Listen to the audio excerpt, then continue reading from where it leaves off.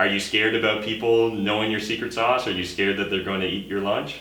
No, I'm truly not. What is up, you guys? Matt McKeever here with my good buddy Jon Kepler, and we're coming to you live, well not live, but we're coming to you from Jon's living room in Owen Sound. And so if you're unfamiliar, Owen Sound's a city of about 20,000? About 20,000. And so one thing I wanted to talk to Jon about is, I find it all the time on my YouTube channel when I'm talking about investing in London, Ontario, and I find it all the time even when I'm talking to local investors, is this idea of scarcity. There's a lot of investors that get scared by the idea of sharing their secret sauce or sharing information or talking about how much money they made on a deal or how much cash flow they get from a deal, because they're scared that all of a sudden people are just going to flood in and take all the deals and then they're going to be left with nothing, I guess. And so, you know, I definitely haven't found that to be an issue in London, Ontario. I found that the more I've, made myself known, the more I've shared information, the more value I've got back. So I just kind of wanted to chat with you, Jon, about that and see what's your perspective in Owen Sound, because it definitely is a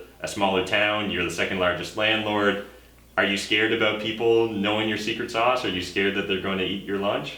No, I'm truly not. Matt's right. In any market, it makes sense to be more open and network, and basically there's more than enough for everyone. Try to work a little harder to get to know other people in your market and get the deal flow happening. But even if you're not doing that, in Owen Sound, I found that there's not as much competition. The players know who the other players are. And generally speaking, there's enough for everyone. We all know it. We have found ourselves in competition with other landlords from time to time. One time I ran into another landlord and found that out in line at Subway. Oh, I'm bidding against you? Oh, oops, okay, I won't do that again. In practice, instead of making it a contest, I'll outbid you, or I have more money than you, or anything like that, we usually just pick our angles. There are buildings that are better fit for me based on my track record and what I like, and buildings that are a better fit for other investors. And if we do get into a bit of competition, it doesn't take long before one investor says, no worries, I'm out, I'll just grab the next one.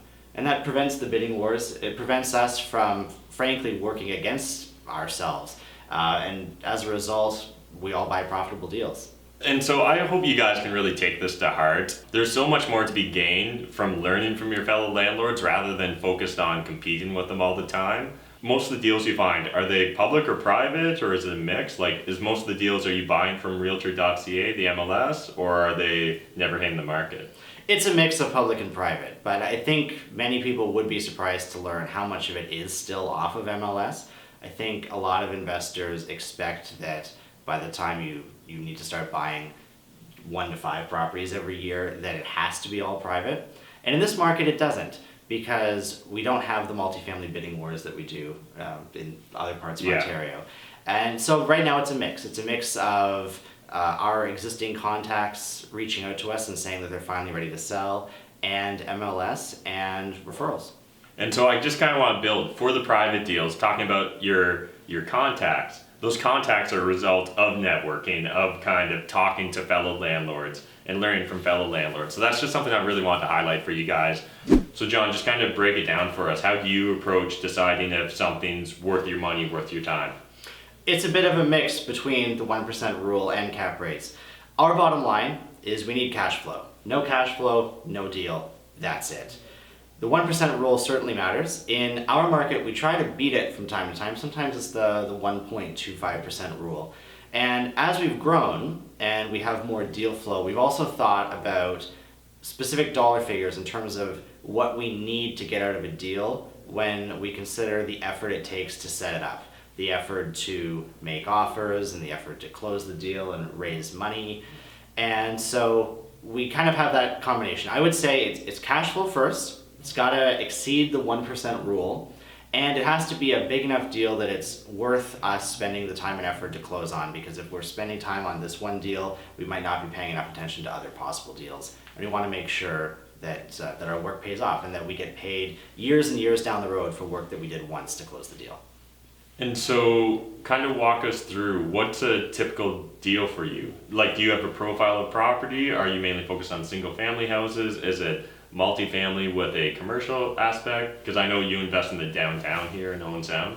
Yeah, we do have a profile. So we invest only in downtown Owen Sound. Our buildings are 8 units and less at this point. We do happen to have single-family rentals, though that's not our focus. There are just a couple that happen to be in our portfolio. But generally it's 2 to 8 units. Again, cash flow first. And a lot of them tend to be century properties as well. They're 100 years old. Some of them are converted mansions. One building is that's a spectacularly large mansion that's been cut up into 8 very large units.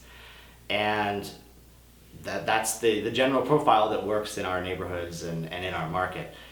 We used to advertise that we specialize in apartments $1,000 per month and under, but now we're breaking through that a little bit. So still reasonably priced apartments, they're rented to working class people, nothing excessive, nothing for several $1,000s a month. But it's what the market is asking for. Ultimately, we pay attention to what we're doing and we're enthusiastic. And this is a market where there aren't as many landlords who are enthusiastic. A lot of them are older, or they just happen to own buildings, or they strangely, it was crazy to me, but they come into buildings one way or the other. These are big investments worth several $100,000s, but they come into them accidentally. You know, their uncle passes away, right, or someone in their family doesn't want to run it anymore, so they don't have a choice, they have to. So the fact that we're working hard, we're enthusiastic, and we're purposeful about the whole thing, people can see that immediately, and so that helps us attract the highest quality tenants as well. Awesome. And so you kind of mentioned there that you're starting to break through that $1,000 a month level. Is that because of just pressure on rent prices in general, or are you changing the profile of units that you guys are acquiring? It's related to rent prices in general, though we do simultaneously raise that profile. People say they want the cheapest units possible, and they don't mean it. They want the cheapest units possible within reason. So there is weak inventory in this town. I would say there are a lot of apartments that are not within reason. They're disgusting. Mm-hmm. They have serious maintenance issues, deferred maintenance. So we will go in, and those might be, if they have rent control, some of those apartments are $400 a month. But we go in and we look at apartments that might be $400 a month or $600 a month. And the case can be made that they shouldn't be rented, that they really shouldn't be in the marketplace at all. So we go in, and yes, we make improvements, and we do make them better, and then we charge more. We charge $750 to $1,000 for a lot of those. But ultimately, it's still reasonably priced. The market supports it, and we feel good about doing that for the community. We're taking units that one could argue really shouldn't exist. They really aren't good for society to have, and we're making them units that people can be proud to live in.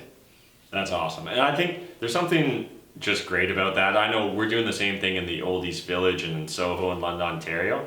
It's fun to find these assets that are being underutilized, bring them up to their best, most efficient use, and you can still profit from it. Like, you can literally help change the neighborhood and improve your own net worth at the same time. I don't think that they need to be viewed as an either or. And I think the people that you're talking about that have the $400 units that inherited the property, often they take on a more adversarial approach to their tenants, right? Where it's like an us versus them rather than we're kind of working together, and your tenant is your client. So I think that it's awesome. I can definitely tell that that's a perspective that you guys are taking here in Owen Sound. Mm-hmm. Well, those landlords will show up, they'll look grubby, and they'll be proud of the fact that they have no money. And they'll say, no, I am going to fight my tenant. I'm not going to spend $1. But ultimately, it costs them. They're not successful business people at the end of the day. It makes so much more sense to give someone a high-quality product and then charge them appropriately for it. And it's generally what everyone in the city wants. The city councilors will be made happier. The police like it when units are in reasonable condition and rented to reasonable people instead of being in very poor condition and rented to people who don't care and only live there because they need to cause trouble somewhere, wherever they happen to live. So there are lots of benefits. Everyone across the board benefits. Again, in every tier through the municipality. Thanks again, Jon. And so if you guys are enjoying these videos with Jon, definitely smash that like button. Hit the subscribe button if you're new to my channel. And I'll throw down a link to Jon's Instagram in the video description down below. Definitely follow him along. It's tons of fun just seeing both what you're up to. You're constantly documenting your life, which I think is fantastic. And it's also a little sneak peek into what's going on here in Owen Sound. And I know a bunch of you from the GTA have mentioned to me, you're maybe not interested in investing in London, but you want to invest somewhere outside the GTA. maybe you should be thinking about Owen Sound. I know you're sick of my slogan, but making money truly as a team sport, there's more than enough money in this world for us to all make it. So I think that that's just key. I want to see you guys doing more networking. I want to see you guys paying it forward more because it will pay back dividends.